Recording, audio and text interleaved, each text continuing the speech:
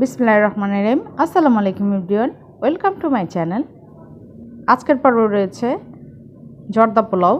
এই পোলাওটা বানানো সহজ, খেতে আলহামদুলিল্লাহ অনেক বেশি মজার। মাত্র কয়েক মিনিটে এটা তৈরি করে নেওয়া যায়। এটার স্বাদ বিয়েবাড়ির জর্দা পোলাওর থেকে কোনো অংশে কম না। তো চলুন দেখে নেওয়া যাক এই জর্দা পোলাওটা কীভাবে তৈরি করতে হয়। আজকের এই রেসিপি দেখে যে কেউ জর্দা পোলাও তৈরি করতে পারবেন ইনশাল্লাহ। রেসিপি ভালো লাগলে চ্যানেলটিকে সাবস্ক্রাইব করে আমার সাথেই থাকবেন। তো দেখে নেওয়া যাক জর্দা পোলাও তৈরি করতে কি কি লাগছে। এখানে আমি 1.5 কাপ পোলাওর চাল নিয়ে নিয়েছি। এটা চিনি গুঁড়া চাল। এখন এই চালটাকে পানি দিয়ে ভালো করে ধুয়ে পরিষ্কার করে নিতে হবে।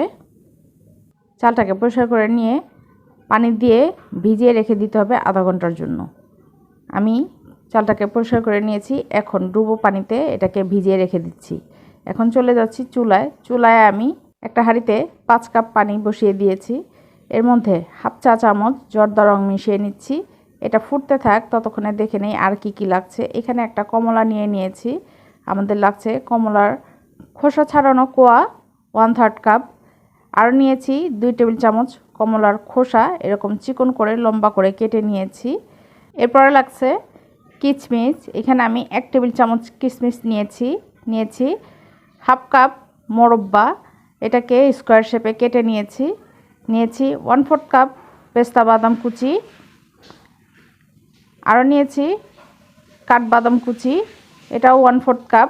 এখানে আমি 4 টুকরো 1 ইঞ্চি পরিমাণ দারচিনি নিয়েছি আর 4টি এলাচ নিয়েছি। এখন চুলায় যে আমরা পানিটা ফুটতে রেখেছিলাম, পানির ভিতরে আমি 1/3 কাপ কমলার খোসা দিয়ে দিচ্ছি। আর এর মধ্যে কিন্তু আমাদের চালটা ভিজে গিয়েছে।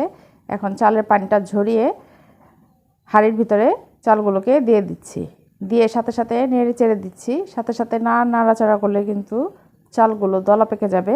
এরপরে এটাকে 50% সিদ্ধ করে নিতে হবে। হাত দিয়ে চাপ দিলে ভিতরে দেখবেন যে চালের দানা কিন্তু দেখা যাবে বা শক্ত হয়ে থাকবে। সেই পর্যায়ে চালগুলোকে এরকম স্ট্রেনারের মাধ্যমে ছেঁকে নিতে হবে বা ডাইরেক্ট আপনারা স্ট্রেনারের উপরে রেখে পানিগুলোকে ঝরিয়ে ঠান্ডা করে নেবেন।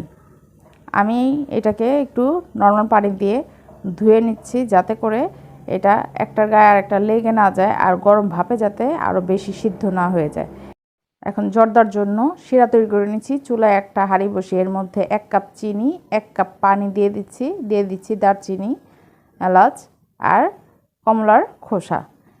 এই সবগুলো উপকরণ খুব ভালো করে মিশিয়ে নিয়ে চিনিটা গলে যাওয়ার আগ পর্যন্ত এটাকে মিডিয়াম আঁচে জাল করে নিচ্ছি।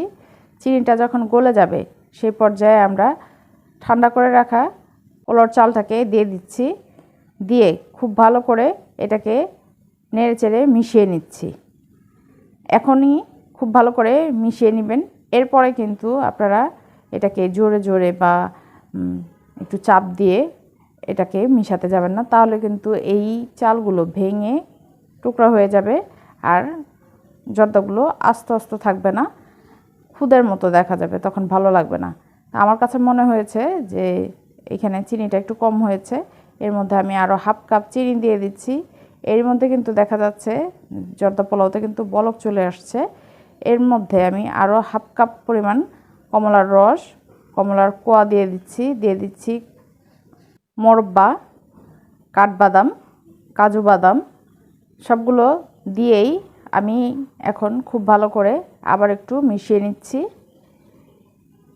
এটা আলতো হাতে নেড়ে চেড়ে মিশিয়ে নিতে হবে, খুব বেশি চাপাচাপি করা যাবে না। নাড়াচাড়া হয়ে গেলে এটাকে আমি ঢাকনা দিয়ে ঢেকে একদম লো হিটে 5 মিনিট রান্না করে নিয়েছি। 5 মিনিট পর ঢাকনাটা তুলে আমি আবার একটু নেড়ে চেড়ে দিচ্ছি। এরই মধ্যে কিন্তু শিরাটা টেনে পোলাও একদম ঝরঝরা হয়ে গিয়েছে, দেখতেই পাচ্ছেন। এই পর্যায়ে আমি 1.5 টেবিল চামচ ঘি দিয়ে দিচ্ছি। ঘিটা দিলে খুব সুন্দর একটা ফ্লেভার পাওয়া যায় জর্দা পোলাওতে। আপনারা চাইলে এই ঘিটা আগেও দিতে পারেন, রান্নার শেষে ঘিটা দিলে স্ট্রং একটা ফ্লেভার পাওয়া যায়।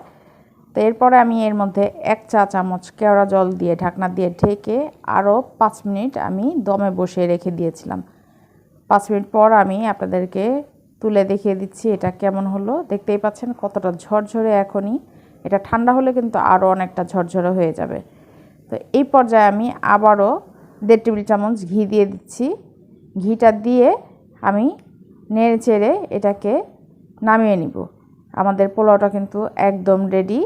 তো দেখতেই পেলেন কত সহজে আমি আপনাদেরকে পোলাও তৈরি করে দেখিয়ে দিয়েছি। এইভাবে করে যে কেউ যে কোনো অকেশনে ঈদ ইতিহারে জর্দা পোলাও রান্না করে খেতে পারবেন ইনশাল্লাহ। আমাদের শাহি জর্দা কিন্তু একদম রেডি। এখন আমি একটা ডিশে তুলে নিয়েছি। এখন এটাকে পরিবেশনের পালা।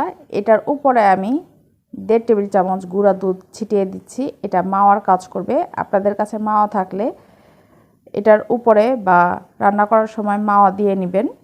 আমি এর মধ্যে দিয়ে দিচ্ছি মোরব্বা, কাঠবাদাম, কিশমিশ, পেস্তা বাদাম সব কিছু দিয়ে এটাকে খুব ভালো করে সাজিয়ে নিচ্ছি।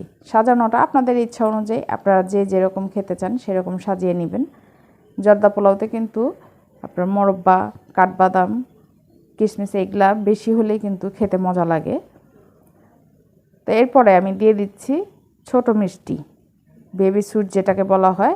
এটার রেসিপি আমি গতকালকে আপনাদের সাথে শেয়ার করেছি। বাসায় এইভাবে করে বেবি সুইট তৈরি করে আপনারা জর্দা পোলাওর সাথে খেতে পারবেন। এটার সহজ রেসিপি আমার চ্যানেলে দেওয়া আছে, লিঙ্কটা আমি ডেসক্রিপশন বক্সে দিয়ে দিব, আপনারা দেখে নেবেন। তো আশা করছি আজকের রেসিপি সবার ভালো লাগবে। ভালো লাগলে বাসায় ট্রাই করবেন, আর ট্রাই করে থাকলে আমাকে কমেন্ট করে জানাবেন। এটা একবার হলো বাসায় ট্রাই করে দেখুন। আশা করছি এটার টেস্ট কখনো ভুলতে পারবেন না। এটা বিয়েবাড়ির জর্দা পোলাওর থেকে 1000 গুণ মজা। আলহামদুলিল্লাহ, এটার এত টেস্ট, আপনারা টেস্টটাকে ভুলতেই পারবেন না। আপনার বাসায় তৈরি করুন, তৈরি করলেই বুঝতে পারবেন। তো আশা করছি আজকের রেসিপি ভালো লাগবে। ভালো লাগলে আমার চ্যানেলের সাথেই থাকবেন। তো আজ এই পর্যন্তই। সবাই ভালো থাকবেন, সুস্থ থাকবেন, আমার জন্য দোয়া করবেন। আল্লাহ হাফেজ।